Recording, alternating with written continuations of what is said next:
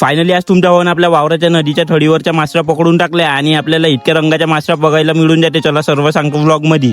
तर जय श्री महाकाल दोस्तो, तुमचं स्वागत आहे आपल्या न्यू व्लॉग मध्ये. काल आपण आपल्या नदीच्या थडीवरच्या मासरा पकडू नाही शकलो म्हणून तुमचा भाऊ आपल्या भावाची गँग घेऊन निघून जातो वावरात जासाठी. आणि पावसाळ्यात आपल्या हा वावरात पुरं पाणी संगरून जाते. मग तुम्हीच विचार करा की आपल्या ह्या वावराच्या थडीवर किती पाणी राहत असेल. लोकेशनवर येताच आपल्याला पाण्यात मासरा दिसून जाते म्हणून आपला भाऊ लवकरच पाण्यात उतरून जाते मासरा पकडायसाठी. पहिल्याच वेळी आपली भाऊनी इतक्या मोठ्या माशाशी निघून जाते. आपल्याला याच्यापेक्षा मोठा मासा पकडायचा होता म्हणून आपण खूप प्रयत्न चालू करतो आणि आपण थोड्याच वेळात एकानंतर एक ह्याच प्रजातीच्या खूप साऱ्या मासरा पकडून टाकल्या. थोड्याच वेळात आपण सापासारखा दिसणारा खूप मोठा मासा पकडून घेतो आणि आपल्या भावापासून आपल्याला माहित पडते की ह्या माशीला वावर म्हणलं जाते. ह्या माशाला आपण हाताने पकडले तर आपल्या हाताला कट लागायची शक्यता होती म्हणून तिला काडीने पकडायचे प्रयत्न करीत होतो. मासरा घेऊन आपला भाऊ आणि नैतिक निघून जाते घराकडे. तुमचा भाऊ आपल्या मंटन लॉन सोबत येऊन जाते विहिरीतलं पाणी प्यायसाठी. घरचं पाणी आणि गावातील वावराच्या विहिरीच्या पाणीत खूप फरक राहते. तुमचा भाऊ गावी आल्यावर एकदा तर विहिरीचं पाणी पिते. घरी येऊन आपण पकडलेल्या मासरा स्वच्छ पाण्यात टाकून देतो आणि आपल्या घरी खूप जुनं मडकं असल्यामुळे आपण पुऱ्या मासरा त्याच्यात टाकून देतो कारण त्याच्यात मासरा खूप दिवसापर्यंत जीवित राहू शकते. आजसाठी इतकंच. भेटूया आपण आपल्या नेक्स्ट व्लॉग मध्ये.